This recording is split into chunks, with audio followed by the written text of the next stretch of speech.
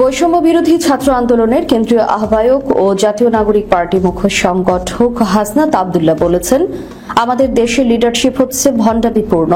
নেতারা আমাদের যা আমল করতে বলেন সেই আমলের ধারে কাছে দিয়েও তারা যান না। অর্থাৎ যারা সার্ভিস প্রডিউস করে তারা কখনো সার্ভিসের কনজিউমার না। শুক্রবার বিকেলে দেবিদ্বার উপজেলা পরিষদ হলরুমে দেবিদ্বার পাবলিকিয়ান অ্যাসোসিয়েশন আয়োজিত পুনর্মিলনী ও ইফতার অনুষ্ঠানে তিনি এসব কথা বলেন। হাসনাত আব্দুল্লাহ বলেন, সমাজে কিছু আছে সুদখোর, ঘুষখোর। সমাজের কিছু কিছু মানুষ আছে যাদের কাজই হচ্ছে সালিশ দরবার করা। কিছু মানুষের কাজ হচ্ছে থানার চারপাশে ঘোরাফেরা করা।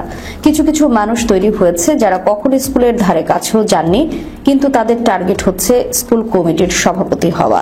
আসলে তাদের দোষ দিয়ে লাভ নেই, দোষটা কিন্তু আমাদের। আমরা সচেতনভাবে তাদের প্রতিহত করি না। দেবিদ্বারের নেতৃত্ব প্রসঙ্গে তিনি বলেন, দেবিদ্বারের নেতৃত্বে তারাই আসছে যারা কখনো দেবিদ্বারে থাকেননি, যারা দেবিদ্বারের অলিগলি চেনেন না, দেবিদ্বারে বাজার করে কখনো তারা খাননি, দেবিদ্বারের শিক্ষা প্রতিষ্ঠানে কখনো তারা পড়াশোনা করেননি, দেবিদ্বারের কি সমস্যা এটাই তারা জানেন না।